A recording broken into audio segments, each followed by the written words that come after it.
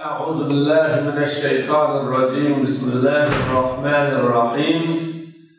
الحمد لله رب العالمين والعاقبة للمتقين والصلاة والسلام على رسولنا وإمامنا وأسوتنا وحبيبنا محمد عليه الصلاة والسلام.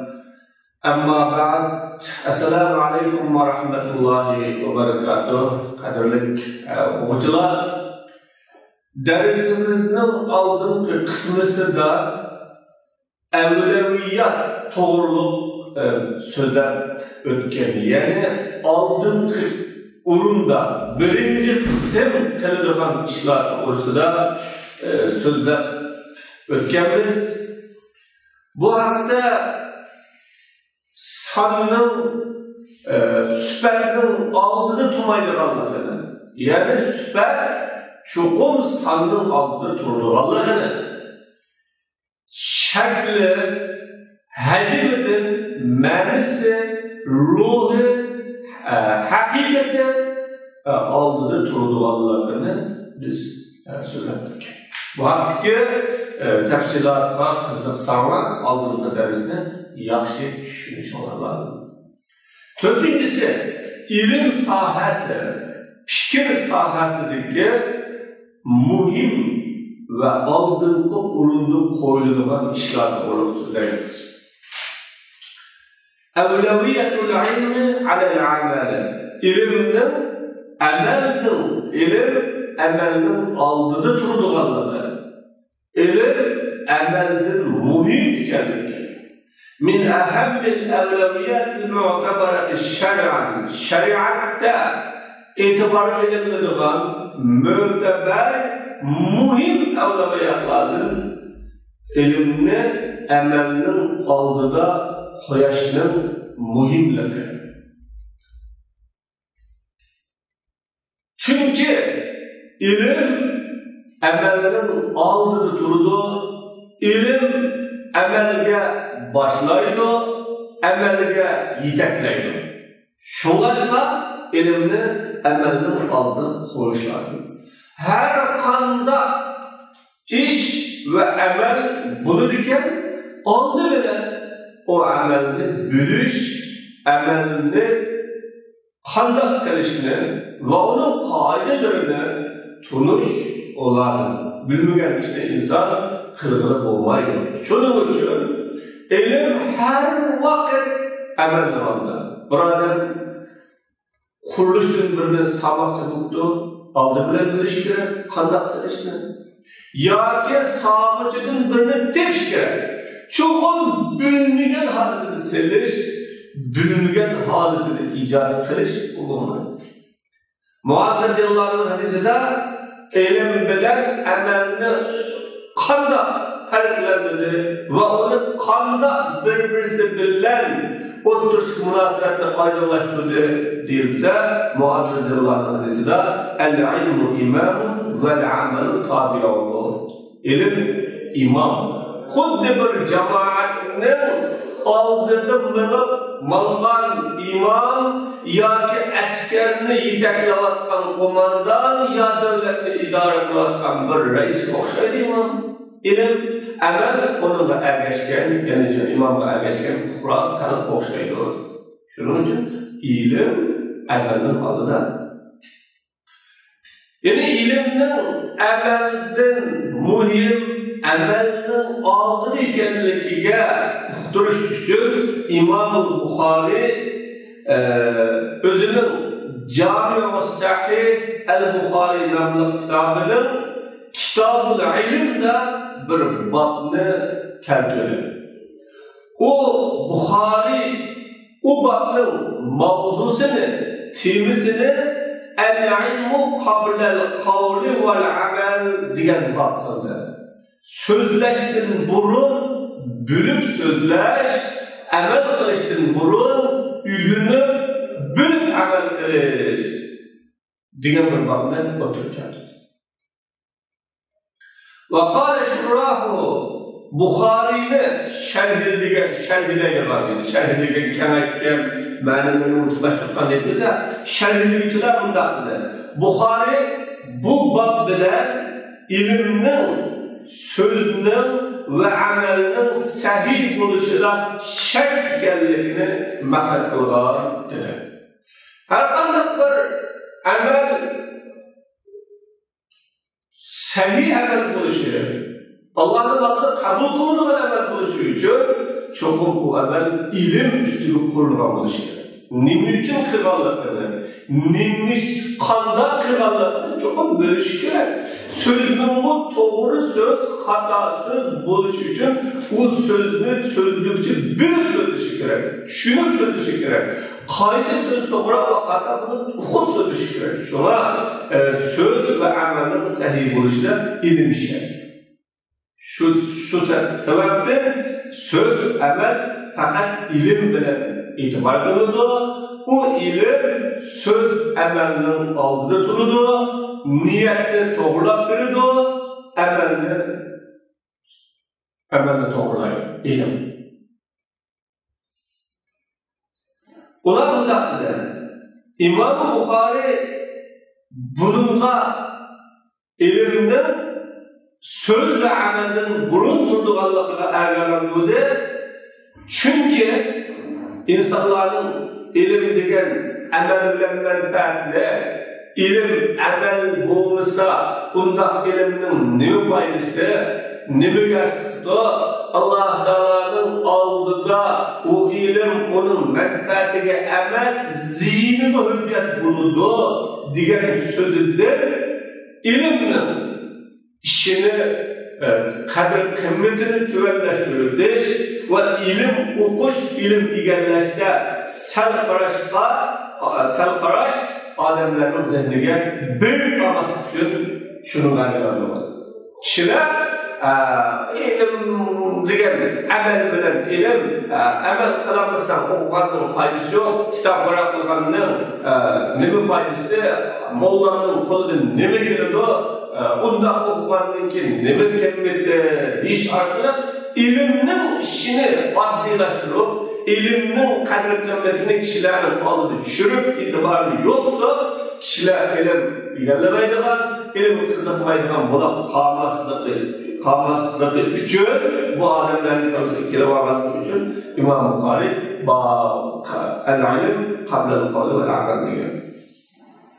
Bukhari diğer sözüge bazı ayetler kılan davasına dalalet kıldıran hadislerden hüccet geldi. Ayetlerin Allah'ın فَعْلَمْ أَنَّهُ لَا إِلَٰهَ إِلَّا اللّٰهُ وَاسْتَغْفِرْ لِذَنْبِكَ وَلِلْمُؤْمِنِينَ وَالْمُؤْمِنَاتِ diyen sözü. Sen Allah'tan başka ibadet kılışta tirişli zatın yoklarını bürgür. Günahınla mağfiret talep kılgın, müminlerle mağfiret talep kılgın, mümin ayallarla mağfiret talep kılgın dedi. Allah Teala Peygamberini birinci tuttum, tevhidle birleşkin buyurdu. İkinci tuttum, istiğfar etsin buyurdu. Bu istiğfar amel. Hitap, gerçi Peygamber Aleyhisselatü Vesselam'ın bulsunlar, o hitap Peygamberinin ümmetini ölçüyordu. Demek bana Allah Teala'nın tüm buyruğu biliş, ilim buyruğu. İkinci onun amel. Şunun için ilim, amelin adını tutulur. İlim, amelin mühim, amelin ehemmiyetli.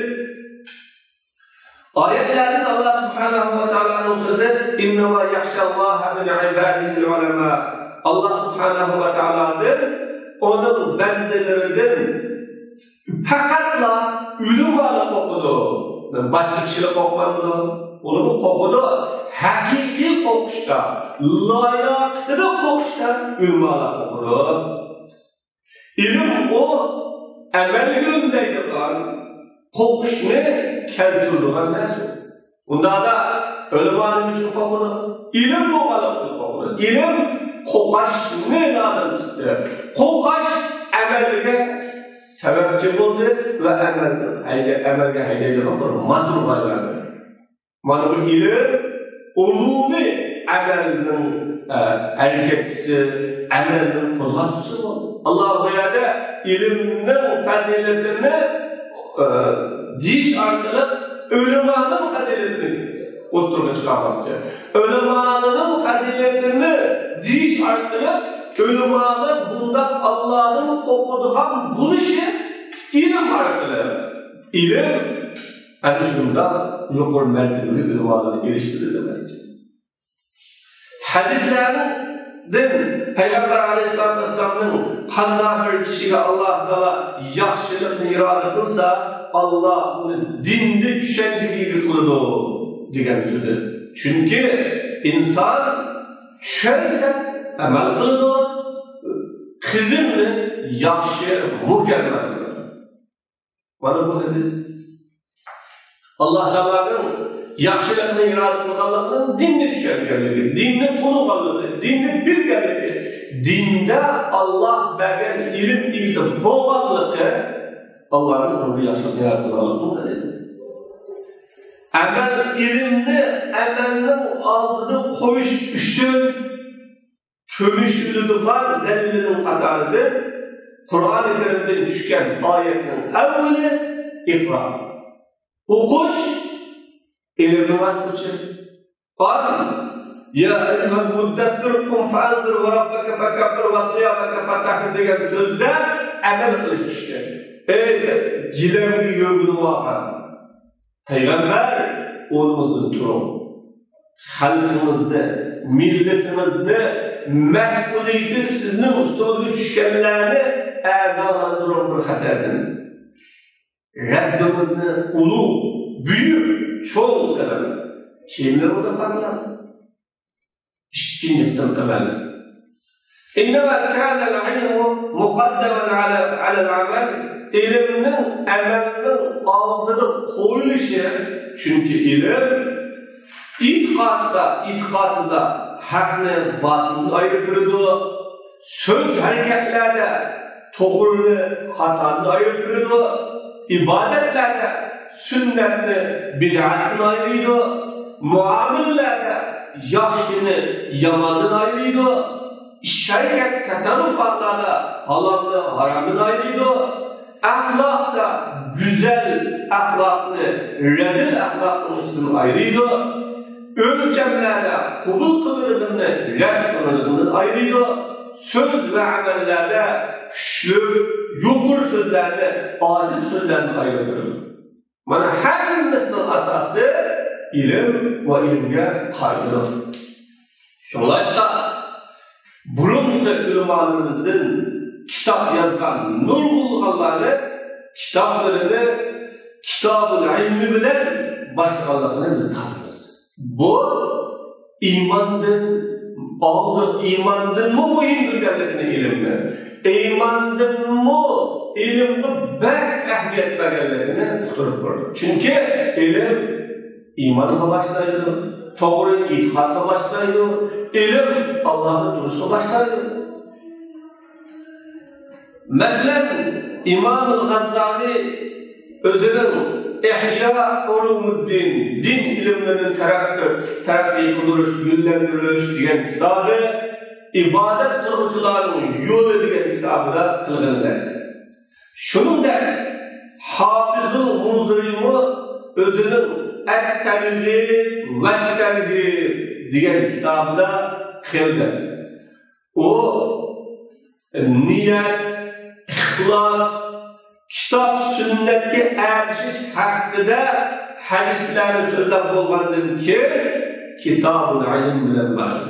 Adını okuş ve her bir işe karıştığın burun niyetinizde ruslanın, niyetinizde doğrulanın, ihlasınızda doğrulanın ve niyetini ihlasını doğrulanan kim kılıdıgan her bir işine kitap sünnetle uygun ve muvafık kılır.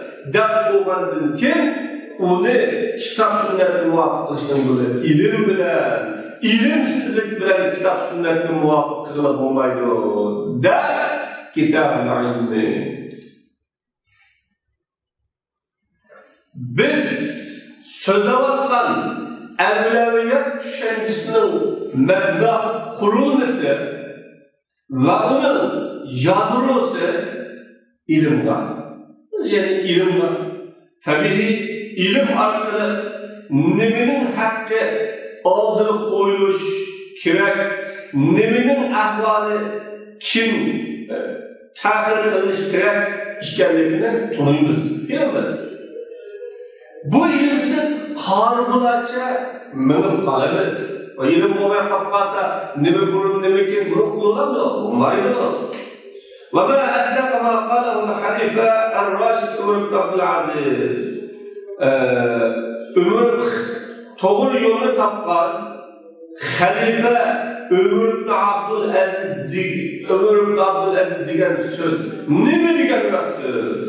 Kim bilmeyi ilimsizlik bilen amel kılsa, o kişi buzgan iş, o kişi tüzgündün iğra ve cehra buldu. Diğer yorumlar olsa, yorumlar lazım. Mana bu, bazı bir kısım Müslümanlarda eyle. Bir kısım Müslümanlarda bu eyle. O Müslümanlarda takvalı, ya ihlas ve kızgınlık kalamaz. Allah'ın koklaşta, dini ihlas kılışta ve dini üçün özünü birleştilaş ve yürüyüşünün unutma sokuşu kalamaz. Fakat ulağa ilim, şeriatın maksatlarını, dinin hakikatini düşünüş kamlı olmalı. Bu kamlıkın neticesi nelerle apadı, ne işlerini kırmızı tüvenlik görülürüz. هذا ما وصف به الخوارج الذين قاتلوا علي بن أبي طالب رضي الله عنه. Mana bu düşünce ilimnin azlığı, ihlas, takvalının az emes, ilim ve düşüncenin azlığı, onun bilen Ali ibn Abi Talib radıyallahu anhu'ga karşı uğraştılar havarida sübhatlarını dersin. Ali ibn Abi Talib faziletli İslam dinine yardım verişte orluğa Resulullah sallallahu aleyhi ve sellem nesep cihette, hudumacı buluş cihette, yaş görüş cihette yerden durup olan onlar Ali radıyallahu anh'dan oruç kıldı. Ali radıyallahu anh'ın kendini, onundan başka Müslümanların kendini halal sandı. Onlar bu arkalık Allah subhanahu ve ta'ala'nın yıkılışını yaptılar. Biz Allah'ın yıkılışımız, Allah Teala'nın rıza verişimizden. Benim mağlularım mağlular Resulullah sallallahu aleyhi ve sellem'nin tahsimatına, bazı bağları tahsim kılışına itiraz kılan kişilerin ki kaldı olmalı. Peygamberim'e kopanlık bilen, bilimsizlik bilen, adillik bilen Peygamberim işsiz sana. Eğer ben adillik kılırsam kim adillik kılıdı? Dedi. Ondan da eğer ben adil bulmasam ziyakattan ve yok olmam dedi Resulullah.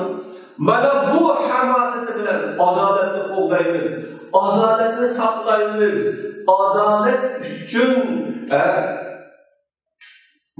yanmasınızda Resulullah adillik kıldı.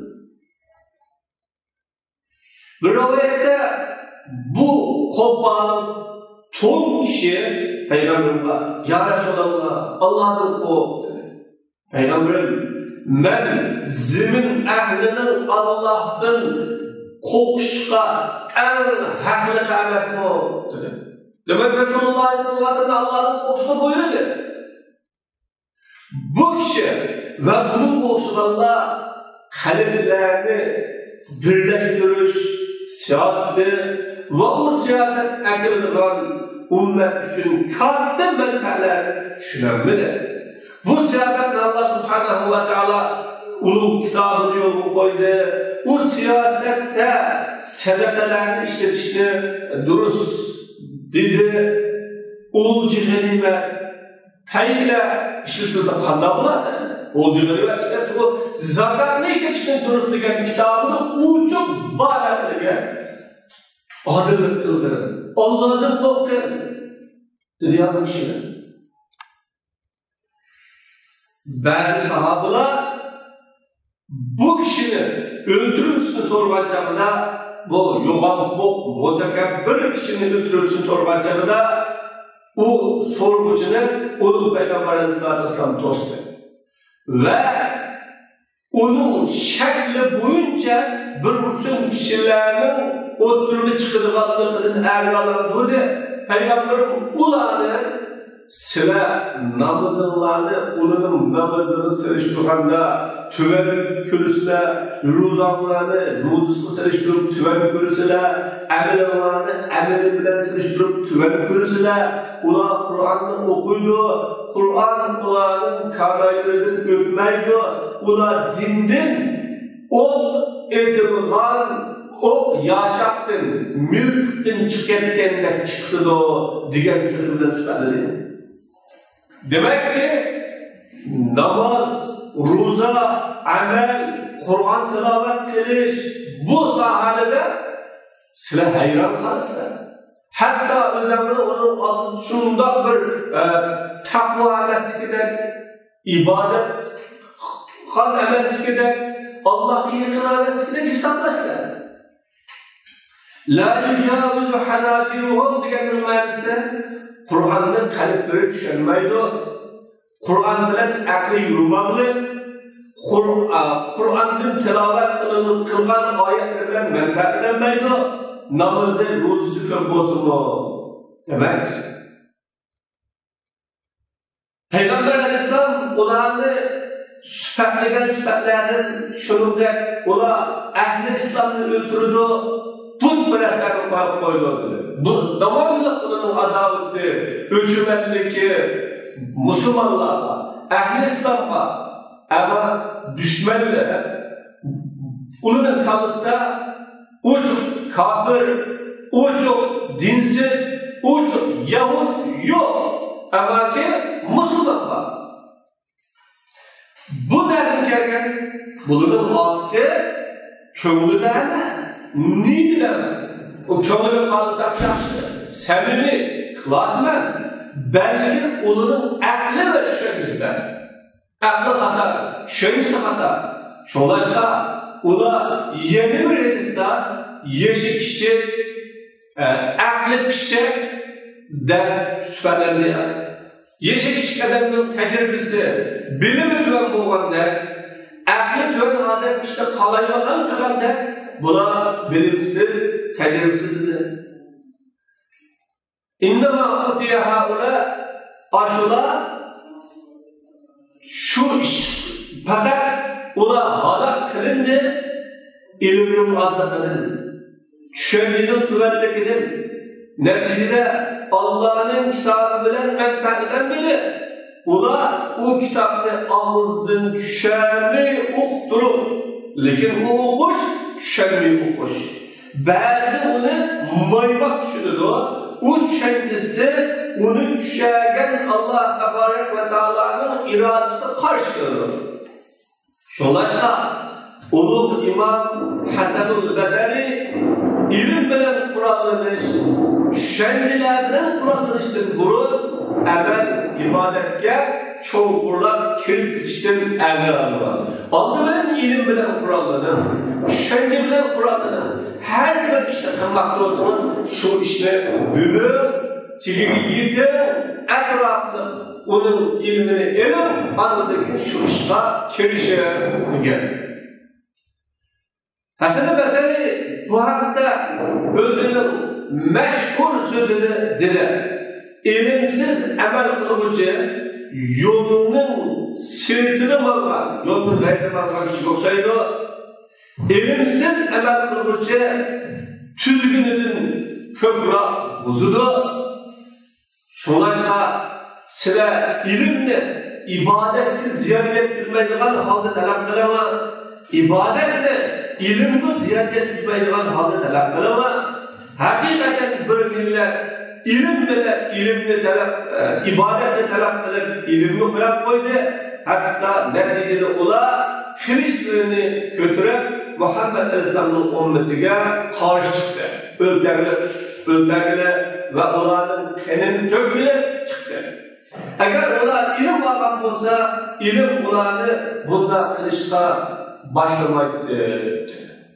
Demek ilim alganlığının ehmiyeti, nimi bayisi, ilim hep turup, nimi kendi ilim alganlığının diğerini bana durup emeli güçlük etkenler var. Hukuşun taşta, ilim bereketli taşta biz emeli işlerimizde. Neticede o kılmanın emeli işleri ümmetke, İslam'a, Müslümanlara menfaat yani. Hatta üzümü kılman işlerinin emeli menfaat erişemedi ve onun ünümünü küremedi. Şunun için her bir işini ilim bilen kılış gerek, şunun kılış gerek. El-ilmu şertun fi kulli amelin kıyadi. İlim her kanda yetekleş karakteriyle işte şert. Siyasi olsun, ya askeri olsun, ya ki memuri olsun. Her kanda yetekleş karakteriyle işte ilim şert. Şu cahdinin ilim yetekleş karakterli işlerin hemmesi şart oldu. Meyve bu iş idari, siyasi iş olsun. Yusuf Aleyhisselatü Vesselam'ın işi boşaş. Yusuf Aleyhisselam'a Mısır padişahı innekel yevme ledeyna bekinun emin dedi de sen bugün yani hazır bizim karşımızda itibarlı işkencelik dedi. Yusuf Aleyhisselam İc'alni ala hazainil arz inni hafizun alim. Beni devletinin amma, açlık, mal teminleş işlerine teyirler. İnni hafiz, men saklayman, açlıkı saklayalayman. Alim, onu kimgi biliş, kimgi vermeslik, bu iktisadın kandan ayakta olur içine bülümen dedi. Bana bu yerde Yusuf Aleyhisselatü Vesselam özünün alahide kabiliyet iktidarına işaret kıldı. Bu kabiliyet iktidar Yusuf Aleyhisselatü Vesselam'ın iktisat, maliyet, iktisat, yezigilik, fiilan, yemek içmekle teminleş ne özüşkanlığa çok bir işe namazat kılar. Şu vakitte. Bu iktidarın asası ameli işki, hifz, saklaş yani o amale ilim, diğer ilim bilen Yusuf Aleyhisselam'ın tecrübesi, Yusuf Aleyhisselam'ın iktidar maksat kılıyor. Demek, bende malını saklaydığı iktidar var. İşkin birisi bu malını kandak kılış, kandak terakki kıldırış, kandak saklaş, kandak idare kılıştırdığını ben dedim. İnni hafizun alim, bunun hizmetinin asaslı ameli, sebepsi, ilim hikayelerine oturup koydu. Bana bu çok şeyhinin kızının tilide kâgen sözü uygundur, sürüp esas ki inne hayra men istecertel kaviyyul emin. Hakikaten siz işletmekte olan kişinin yakışı, güçlü ve işengelik doğrudur. Bu yani çok kaviyyul emindir. Çünkü işletmekte olan, işkısamakta olan kişinin küçük buluşu, kömünesini götürdü ve hem herif kalmaydı, çarçap kalmaydı, hem işengelik. Yani askeri iş olsun. Allah Subhanahu ve Teala Talut'u Ben İsrail'den boğan soğaklarga padişah kılıp tanılaştığın sebebi de قال إن الله اصطفاه عليكم وزاده بسطة في العلم والجسم. Allah onu sizlerge tanıdı, sizlerge tanıdı, padişah tanıdı, kumandan tanıdı ve onu ilimde arttı, cisimde kâmetli, kalp kâmetli kıldı. Demek tanıdığım padişahın için bir cismi, ten kuruluşu, kâmetli, hayvetli, ikincisi yetekli için ilimli, kabiliyet, kıdarlık yani. Bana bu yerdeki her bir padişah olarak sayılmıştın ilim, her bir kumandan olarak sayılmıştın ilim. Yani bu iş memuri iş olsun, yani son işi olsun, hatta ola kazı da halifeli şirketinde mujtehid buluştu şirketinde. Çünkü kazı buluştu yani bu son çiğneyim, son buluştu, başı son diyesini. Bundan buluştu, mujtehid buluşlardı. Ola kazıda özünün gayrilige ergicinden alim buluştukça kıfaylenmedi. Çünkü asli ilimle hakkını delil öğretmiş lazım. O zeyl ya ki emrige muvaffaklaş olmayı. Zeydah bunda adaptı, emrah bunda adaptı, ya ustadı, doktor, kokunu, şeyh bunda adaptı, dep olmayı. İlim artık hakkını özünün delil öğretmiş. Ama men kalled gayrehu minel beşer. Ama başka ademlerin ergeçken kişi onunla öz aldığı hüccet bulmayı ya onunla hüccet buldu, aciz hüccet buldu. Aciz, küçük hüccet demez. Bu ilimdir hiç neresi demez. Asıl bu ilimlik demez. Bunun özünü ilimlik bilir olmayı. وَاِنَّمَا قَبِلُوا خَطَاءَ الْمُقَلِّلِ Ülmada bundan olacağında her kazı müştehid mu ya ki delilini özünün ki ilmini tayin tutup alalımdı diyen canına bunda emez. Fakat mukallidinin hükümünü kabul kıldı. Ola ilimde düşüncesi yok, fikrisi yok, kişinin uvadıyla kabul kılganda zürriyetler. Lekin bu yerde kazıda buluş lazım olan en tüvencekli bir ilim var. O ilim olması olmaydı. Eğer Allah olmasa o nadallık olan hüküm kılıp devlet ahlini bırakırdı. Burayda Resulullah sallallahu aleyhi ve sellem'den rivayet olan hadiste o peygamber müdahale el-Qudâ-ı salâse kazılar üç yıldır bölünür. İki yılı devzakta, bir yılı cennette. Biri hakkını bildi, o hak bilen hüküm kıldı o cennette. Hüküm kılmakta olsa bir adamın hakkını bilip kim tarafta hak, kim tarafta emez, kimin doğru, kimin hata, hakikaten bilip şu ilim asası bilen hüküm kıldı cennette.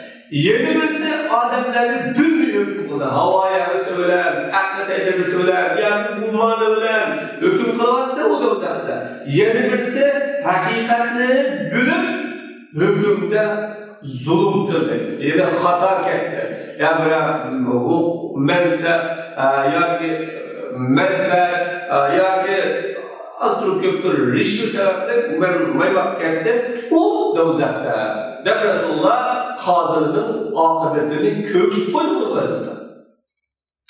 Şundan bu başka, yani hakkını biliş ve bu hakkını emel kılış, bu cennette bulunduran kazının işi, hakkını bilimsizlikten hüküm kıldı, o da uzakta bulunduran iş. Çünkü kazı buluş için aldı bilen ilim şey. İlim konusu olmayı. Mukti, her dua belki için mu ilim buluştuğun zürürlük. Kazılık okşaydı her dua. Şunlaşka ademlerge her dua birbirini fakatla ilmide müstehkem olan, dinide fakih olan alim her dua birisi lazım. Eğer alim fetva vermişse halalını haram kıldı, haramni halal qiladi, vajibatlarni tashiydi yoki odamlarga Allah ularga buyurmagan, üstüge atmagan narsalarni üstüge atıp koydu, bid'atlarni itiraf qiladi yoki shariatga yo'l qo'ygan ishlarni bid'atga chiqarib qo'ydi. Ahli iymonni, musulmonni kafir tashlaydi yoki ahli kufrini, yani kafirinin kufrisi atlaydi. O'lgan kafir emas, hujjat yetmidi, dalil yetmidi, kim bunu nasihat qildi qana? Voy, Qasımız ne so'zlab baqdi bunga deb atlaydi yoki butun musulmonni o'xshash qarlar, kafir qilib, dindan chiqarib bo'lib, tenib adarlar bo'ldi. Mana buning hammasi yoki ba'zanlari ilmni, tushunchaning yo'q bo'lganligining natijasida yuz bermoqda. Bu fatvoga jur'at qilishlik bilan fatvoning hurmatini ketganlarning hammasiga muboh deb qarashlik bilan keldi hammaga muboh fatvoning ishiga o'chiq bir binasida bilmaganlar fatvo beradigan, fatvo so'raydigan, hatto fatvoni bilmaydigan ammo yaqin olishib o'tganlar adaş sili bir muş fatvoni so'rab bersanlar, sili bir muş hukmni o'qib bersanlar, ya sizlarcha qandayroq deydilar. Biz buni davrimizda ko'ryapmiz. Bu davrda dinning ishi xohlagan kishilarning hammasi yoylaydigan chegarasiz o'tloq qaytib qoldi.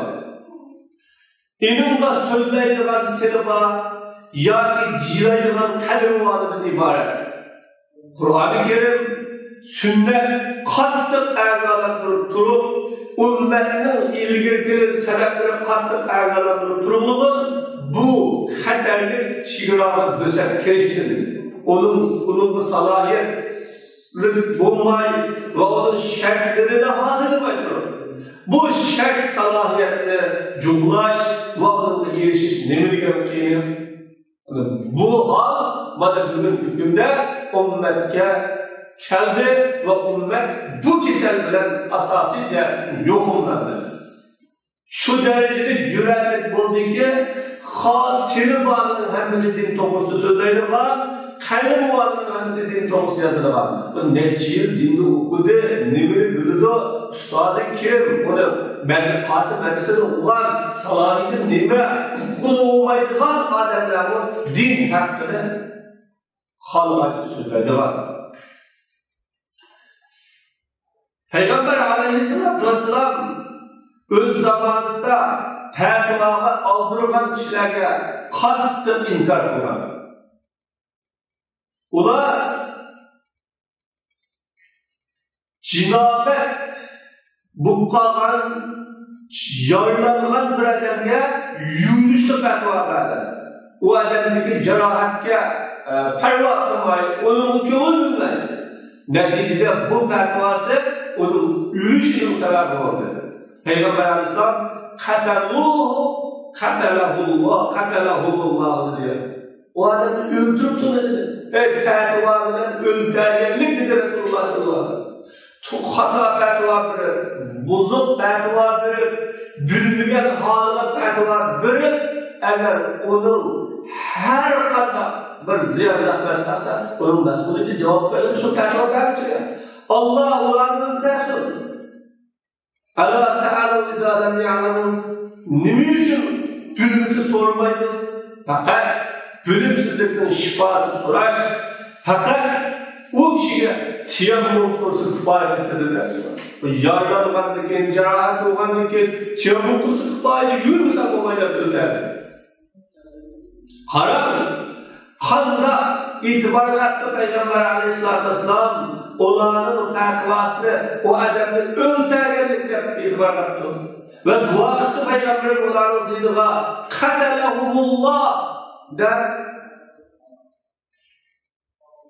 bilimsizlik bilan berilgan fatva unda da ba'zida adam o'ldirib soladi, ba'zida vayron qilib soladi. Shuningdek, Ibn Qayyum va ularning boshqalar Allah'ın dinini bilmey, bilimsizlik bilen fatva verişinin haramlıklı bir hikaye. Ve bunu Allah'ın ve en tekulu alallahi ve la ta'lamun diye sözünün ki ketini güzel. Sıra bilmeydiğin nesine Allah'ın namını dersen, o din diyen Allah'ın dini. Allah'ın dinini her kadar gel Allah'ı ve Teala'dan sonra gel bu.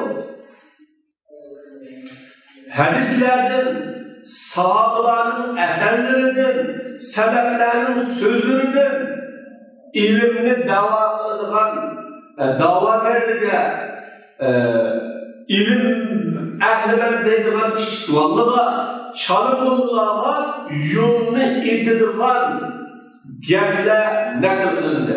İbn Sirin mundaqlaydı. لَاَنْ يَمُوتَ الرَّجُلُ جَاهِلًا خَيْرُ اللّٰهُ مِنْ اَنْ يَقُولَ مَا لَا يَعْلَمُ. Bir adamın bölümsüzlük haletinde, bölümsüz ülep ketkenliği o adam üçün bülmügen nesli diğerlerini yaxşıdır. O bülmügen nesli de kahtın adını bilemiyorum oğandır. Bülmü ülep ketkenliği yaxşıdır. Bölümsüzlükten ülep ketkenliği yaxşıdır. Ondan oğanda bilmem, ilim alamam demek yemez bir yerde. İlim tirişir ama bilmediğinizi bilmeyim de. Ebu Hüseyin'in Aşeri bunda dedi, ulanın biri bir meselede fatva buyurdu. Eğer bu mesele Ömer radıyallahu anh'ın kaşına akılırsa, Ömer bu mesele için ehli bedelini dua ettiler. Bana dedi, ne cüretlik bu? Ebu Hüseyin Aşeri eğer zamanımızın ehlinin cürrütünü gören olsa kandalar giderdi. Ne mi derdi?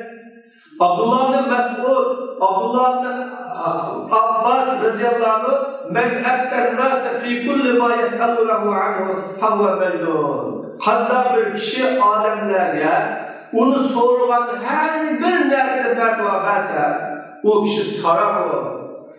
O fatva diyelim bilmeydiğini çıkırdı, okumaydığını çıkırdı, izlediğini çıkırdı. Sorunun bir fatva verdiğinde bir saraf, mecnun dedi. Ebu Bekir radıyallahu anh, Ebu Bekir eyyü semâin tuzilluni ve eyyü erzin tuzilluni, semâin tuzilluni ve eyyü erzin tuqilluni izâ kultu mâ la alem. Mâya hatalı var değil mi yerde? Demek ki onu kaysi zemin meni götüre, kaysi aslan malı sahibine eğer ben bilmegen narsani bilsam. Demek ya YouTube ya aslan yer tushib meni besib oldi. Aynan besib oldi deb o'ylayman. Bu Allohga bo'hton qilganlik, tuhmat qilganlik deb Abu Bakr shunday deydi. Eli yazarlarımı وَمَرْنَا عَلَى كَبَلِ سَلَاسُ مَرَّةً اَنْ يُسْأَلَ الرَّجُلِ اَمَّا لَا يَعْلَمْ فَيَقُولُ اللّٰهُ عَلَمْ. Eli yazarlarımı وَمَرْنَا عَلَى كَبَلِ geldi. Yürürken rahat tap kaldı. Yürürken şundak bir rahat oldu. Dedi çıktı.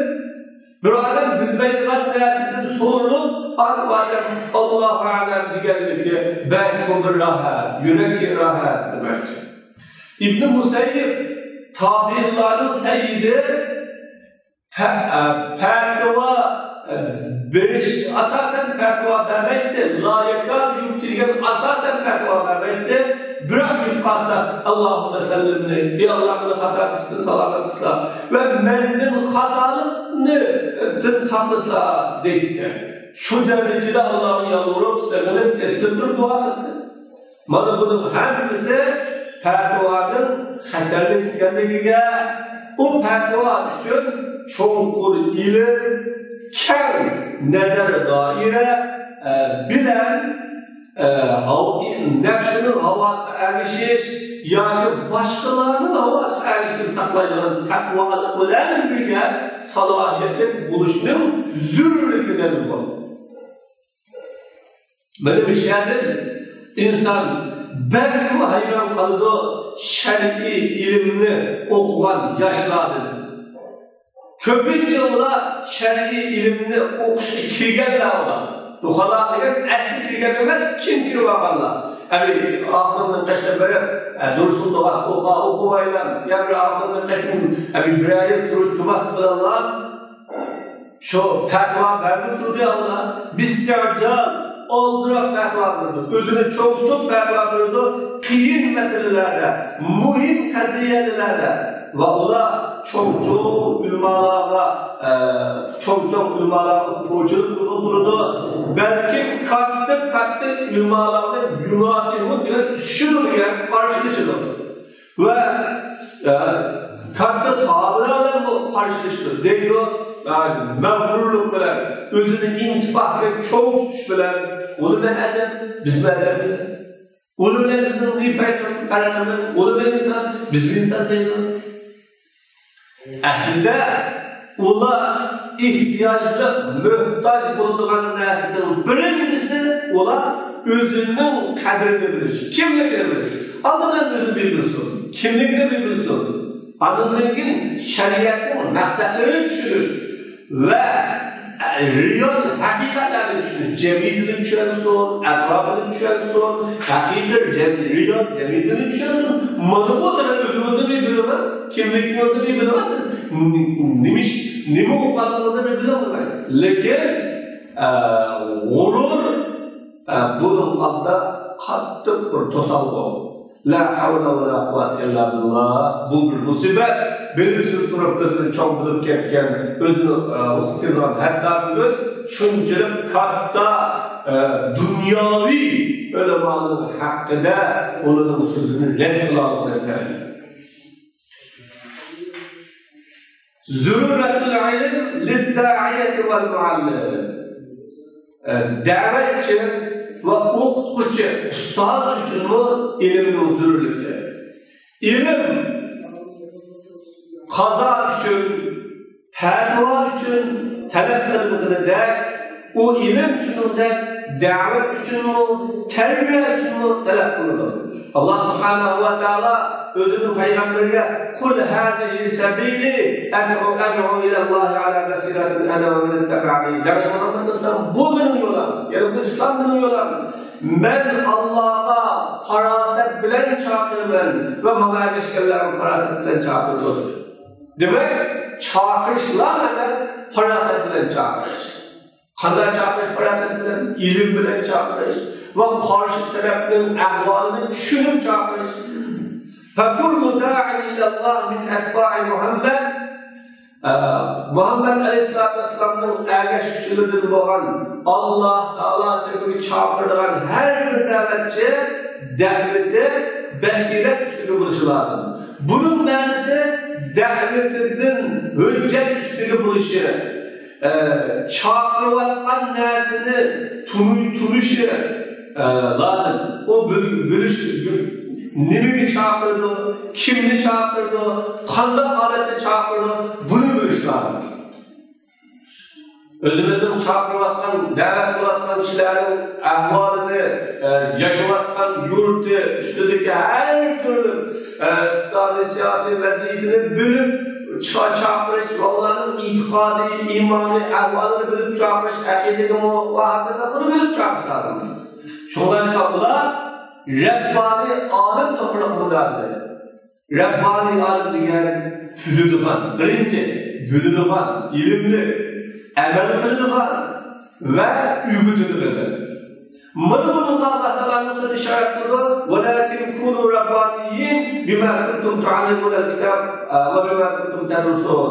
Lakin sizler Rabbani bununla kitapını ügetkenlikini sebeptir. Mağdiyede mesler bulup filmi, meslerle aylandırdı bu cümlede kitabını ügetkenlikini sebeptir ve okuallıkını sebeptir. Abdullah Abbas Rabbani ilmalarını düşündürüp hukema fukaha dana hakim dedi. Dilde Rabbani degen adamlarını iliminin kiçik yönden terbiyeleyenler. Bu iliminin çoğu öldürür. Adamların küçük meselelerini ügütüp Allah'ın çok meselelerini beklerler. Çünkü küçük meselelerin çok meselelerden vurun, asar meselelerden, kıyım meselelerden vurun, kılalaydığı, kılanmaydığından vurun, ümütüş bu, Rabbani ulemanın sütü.